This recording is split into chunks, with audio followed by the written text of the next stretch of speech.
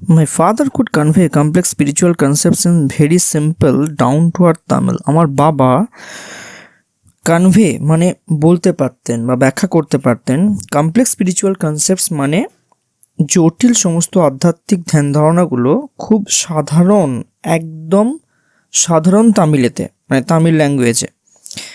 অর্থাৎ জটিল যা কিছুই থাক না কেন আধ্যাত্মিক বিষয় সম্পর্কে খুব সহজে তার বাবা সেটাকে সাধারণ একদম ভাষায়, সাধারণ তামিল ভাষায় ব্যাখ্যা করতে পারতেন। হি ওয়ান্স টোল্ড মি, তিনি আমাকে একবার একদা বলেছিলেন, ইন হিজ ওন টাইম, তার নিজের সময়ে, ইন হিজ ওন প্লেস, তার নিজের জায়গায়, in he what he real is, অর্থাৎ তিনি আসলে কি। অর্থাৎ তিনি একবার আমাকে বলেছিলেন, অর্থাৎ তার বাবা, কালাম সাহেবের বাবা তাকে একদিন বলেছিলেন যে তার নিজের সময়, নিজের প্লেসে, নিজের জায়গায় তিনি নিজে কি, and the stage he has reached, এবং তিনি যে স্থানে পৌঁছেছেন, গুড অর ব্যাড, সেটা ভালো অথবা খারাপ। Every human being is a specific element within the whole of the manifest divine being. Every human being মানে প্রত্যেকটা মানুষ, প্রত্যেকটা প্রাণী, ইজ আ স্পেসিফিক এলিমেন্ট, অর্থাৎ একটা বিশেষ বা নির্দিষ্ট একটা উপাদান within the whole of the manifest divine being. এখানে ম্যানিফেস্ট ডিভাইন বিং বলতে ঈশ্বরকে বা সর্বশক্তিমানকে বোঝানো হয়েছে আর কি। তাহলে প্রত্যেকটা মানুষ হচ্ছে কি না এই সর্বশক্তিমান বা ম্যানিফেস্ট ডিভাইন বিং যেটাকে বলছি, সেই তার একটা উপাদান মাত্র, ঠিক আছে। সে যে স্থানে, যে অবস্থাতেই পৌঁছাক না কেন, সেটা ভালো হোক অথবা খারাপ হোক, সে যাই হোক না কেন, সবাই কিন্তু তার একটা অংশ। So why be afraid of difficulties, তাহলে ডিফিকাল্টিস মানে কঠিন অবস্থায় বা কঠিন সময়ে ভয় পাওয়ার কি আছে। সাফারিং মানে যখন কোনো সমস্যা আছে তখন ভয় পাওয়ার কী আছে। প্রবলেমস মানে হচ্ছে কি এখানে জটিলতা বা সমস্যা, সেখানে ভয় পাওয়ার কী আছে। হোয়েন ট্রাবলস কাম, যখন কোনো সমস্যা আসে, try to understand the relevance of your sufferings. Try to understand মানে বুঝতে চেষ্টা করো, the relevance of your suffering, তোমার যে কষ্ট বা যন্ত্রণা তার প্রাসঙ্গিকতা কী, অর্থাৎ কেন, কোন প্রসঙ্গে এটা এলো। সেটাকে নিয়ে অত চিন্তা করে, দুশ্চিন্তা করে তো লাভ নেই। কেন হলো, কী জন্য হলো, সেটা জানতে হবে। Adversity always presents opportunities for introspection. Adversity মানে হচ্ছে কি খারাপ অবস্থা বা খারাপ কোনো কিছু বা কঠিন সময়, অলওয়েজ প্রেজেন্টস অর্থাৎ সবসময় উপস্থাপন করে, অপরচুনিটিস মানে একটা সুযোগ, ফর ইন্ট্রোস্পেকশন মানে অন্তর্দৃষ্টি। অর্থাৎ যখন কোনো কঠিন সময় বা খারাপ সময় আসে, সেই সময়টা আমাদের কাছে কঠিন বা খারাপ নয়, সেটা কি না, সেটা আমাদেরকে একটা সুযোগ দেয় অন্তর্দৃষ্টি দিয়ে দেখার যে আমার এই অবস্থার কারণ কি, বা কোনো একজন কোনো কঠিন সময়ের মধ্যে দিয়ে যাচ্ছে, তার মানে তাকে দেখতে হবে যে এই সময়টায় কেন এলো বা কী জন্য এলো। অন্তর্দৃষ্টি দিয়ে দেখার এটা একটা সুযোগ বলা যেতে পারে। তো এই কঠিন সময় এলে কাউকে ওই হাহুতাশ করা বা কোনো সমস্যার মধ্যে পড়ে গেছি ভীষণভাবে, এরকম ভাবার কোনো মানে হয় না। একথা বলার পর তারপর বলছেন, why don't you say this to the people who come to you for help and advice. তখন কালাম সাহেব বলছেন তার বাবাকে যে কেন তুমি এই কথাটা সেই সমস্ত লোকজনেদের বলো না, who come to you for help and advice, অর্থাৎ যারা তোমার কাছে সাহায্যের জন্য আসে এবং উপদেশের জন্য আসে। অর্থাৎ তার বাবার যেহেতু একজন মস্কের বা মসজিদের একজন মৌলানা ছিলেন, তো সেখানে তার কাছে বিভিন্ন মানুষজন আসতেন তার কাছ থেকে উপদেশ নেওয়ার জন্য, কোনো সমস্যায় পড়লে তার কাছে সাহায্যের জন্য আসতেন। তো তখন বলছেন যে তুমি কেন তাহলে বাবা, তুমি কেন ওদেরকে বলো না যে এগুলোর কোনো কিছুই নয়, এই খারাপ সময় এলে তোমাকে এই সময়ের প্রাসঙ্গিকতা বুঝতে হবে এবং কেন সেই সমস্যাগুলো আছে সেগুলো বুঝতে হবে। তারপর বলছে, আই আস্কড মাই ফাদার, আমি বাবাকে এটা জিজ্ঞাসা করেছিলাম এই বিষয়ে। He put his hands on my shoulders, তিনি তার হাতটা আমার কাঁধে রেখেছিলেন, and look straight into my eyes, এবং সরাসরি আমার চোখের দিকে তাকিয়েছিলেন। For quite some time he said nothing, অর্থাৎ বেশ কিছু সময় ধরে তিনি কিছু বললেন না। অ্যাজ ইফ, যেন, হি ওয়াজ জাজিং মাই ক্যাপাসিটি, যেন তিনি জাজ করছিলেন, বিচার করছিলেন, মাই ক্যাপাসিটি মানে আমার ধরার ক্ষমতা কতটা, টু কম্প্রিহেন্ড হিজ ওয়ার্ডস, অর্থাৎ তার যে কথাগুলো রয়েছে তার সেই কথাগুলো বোঝার ক্ষমতা কতটা রয়েছে এবং সেটা আমি কতটা ধরে রাখতে পারবো। Then he answered in a low deep voice, তারপর তিনি উত্তর দিয়েছিলেন কি না, লো একটু নিচু এবং ডিপ ভয়েস, অর্থাৎ খুব গম্ভীর গলায় বা একটু গম্ভীরভাবে, his answer filled me with a strange energy and enthusiasm, অর্থাৎ এর যে উত্তরটা তার বাবা তাকে দিয়েছিলেন, তার উত্তরটা কি করেছিল না, ফিল্ড মি আমাকে পূর্ণ করেছিল with a strange energy and enthusiasm, একটা অদ্ভুত যেন একটা শক্তি অ্যান্ড এনথুজিয়াজম মানে উৎসাহ, অদ্ভুত একটা শক্তি এবং উৎসাহ আমার মধ্যে এনে দিয়েছিল। তার বাবা তাকে কি বলেছিলেন যেটা শুনে তার মধ্যে শক্তি এবং উৎসাহ এলো না, whenever human beings find themselves alone, যখনই মানুষ তাদের নিজেকে খুঁজে পায় একা, অর্থাৎ যখন মানুষ দেখে সে একা, অ্যাজ এ ন্যাচারাল রিয়াকশন একটা স্বাভাবিক প্রতিক্রিয়া স্বরূপ they start looking for company, অর্থাৎ তারা কি করে না সঙ্গ খোঁজে, তারা সঙ্গী খোঁজে, যে সে একা রয়েছে তার কোনো একজন সঙ্গী হলে ভালো হয়। Whenever they are in trouble, যখন তারা কোনো সমস্যার মধ্যে থাকে, they look for someone to help them, তারা খোঁজে এমন একজনকে যারা তাকে সাহায্য করবে, তাকে তার সেই অবস্থা থেকে তাকে সাহায্য করবে। Whenever they reach an impasse, যখন তারা কোনো একটা অচল অবস্থা মানে এগোনোও যাচ্ছে না পিছনেও যাচ্ছে না, একটা ডেডলক সিচুয়েশানে যখন এসে উপস্থিত হয়, they look to someone to show them the way out, তারা খোঁজে এমন একজনকে যারা তাকে পথ দেখিয়ে দেবে। অর্থাৎ মানুষ যদি কোনো একটা অচল অবস্থায় পড়ে তখন সে চাইবে কি না কেউ একজন তাকে পথ দেখিয়ে দিক। এভরি রেকারেন্ট অ্যাঙ্গুইজ, প্রত্যেকটা বারবার হতে চলা, রেকারেন্ট মানে কি বারবার ঘটতে থাকা বা বারবার হতে চলা, অ্যাঙ্গুইজ মানে যন্ত্রণা, লঙ্গিং মানে কোনো কিছুর আকাঙ্ক্ষা, অ্যান্ড ডিজায়ার মানে কামনা বা বাসনা, finds its own special helper, অর্থাৎ সে খুঁজে পায় তাদের প্রত্যেকটা রকম সমস্যার কীজন খুঁজে পায় না স্পেশাল হেল্পার, অর্থাৎ বিশেষ বিশেষ সহকারী বা সাহায্যকারীকে খুঁজে পায়। অর্থাৎ যত রকমের যখন যার যেরকম সমস্যা হবে প্রত্যেকটার জন্য আলাদা আলাদা রকমের একজন সহকারী বা সাহায্যকারী।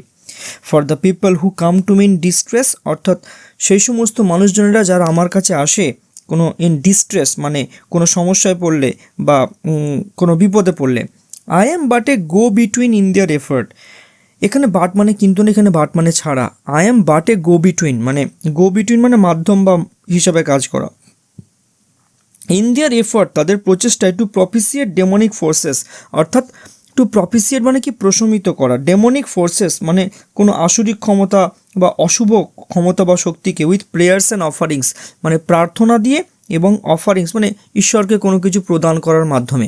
অর্থাৎ যে সমস্ত মানুষেরা আমার কাছে আসে কোনো সমস্যা নিয়ে, আমি কি করি না, আমি তাদের একটা মাধ্যম হিসেবে কাজ করি, তারা যে প্রার্থনা এবং ঈশ্বরকে কোনো কিছু প্রদানের মাধ্যমে তারা যে অশুভ শক্তিকে নাশ করার বা কমাবার চেষ্টা করছে, আমি তাদের একটা মাধ্যম হিসেবে কাজ করি শুধুমাত্র, আর কিছু না। This is not a correct approach at all, অর্থাৎ এটা আদৌ হয় না একটা সঠিক উপায় বা সঠিক পথ, and should never be followed, এবং এটাকে কখনোই অনুসরণ করা উচিত নয়।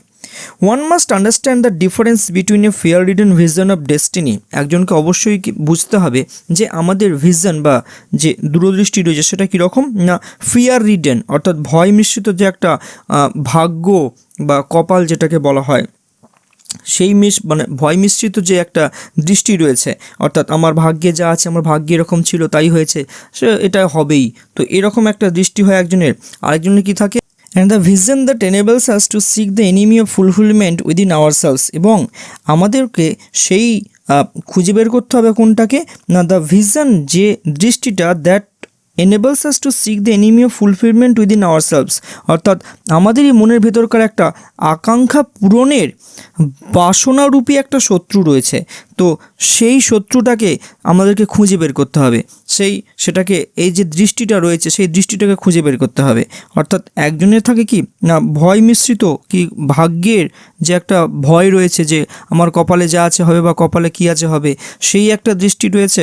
আর একটা দৃষ্টি রয়েছে কি না আমাদের মনের মধ্যে কামনা বাসনাকে মানে যেটা শত্রু আমাদের হিসাব মতো বলা যায়, হ্যাঁ, তো সেই কামনা বাসনারূপী একটা শত্রু রয়েছে যেটাকে ফুলফিল করার জন্য আমরা উঠে পড়ি, এবং সেটা যখনই কোনো কিছুতে ফুলফিল হয় না তখন মনে হয় যেন না এটা আমার কপালে ছিল বা আমার কপালে আছে তাই হয়নি ইত্যাদি ইত্যাদি। তো এরকম দুরকমের দৃষ্টি হয়, তো সেই দুরকম দৃষ্টিটাকে আমাদেরকে অবশ্যই কী করতে হবে, আমাদের বুঝতে হবে। I remember my father starting his day at 4 AM by reading the নামাজ, আমার মনে পড়ে আমার বাবাকে তার দিন শুরু করতে কখন না অ্যাট 4 AM অর্থাৎ 4 4টার সময় বাই রিডিং দ্য নামাজ, অর্থাৎ নামাজ পড়ে বিফোর ডন, অর্থাৎ ভোরের আগে, ভোর হওয়ার আগেই আমার বাবা কী করতেন না 4টের সময় নামাজ পড়ে তার দিন শুরু করতেন। এটা প্রত্যেক দিনের অভ্যাস ছিল তার।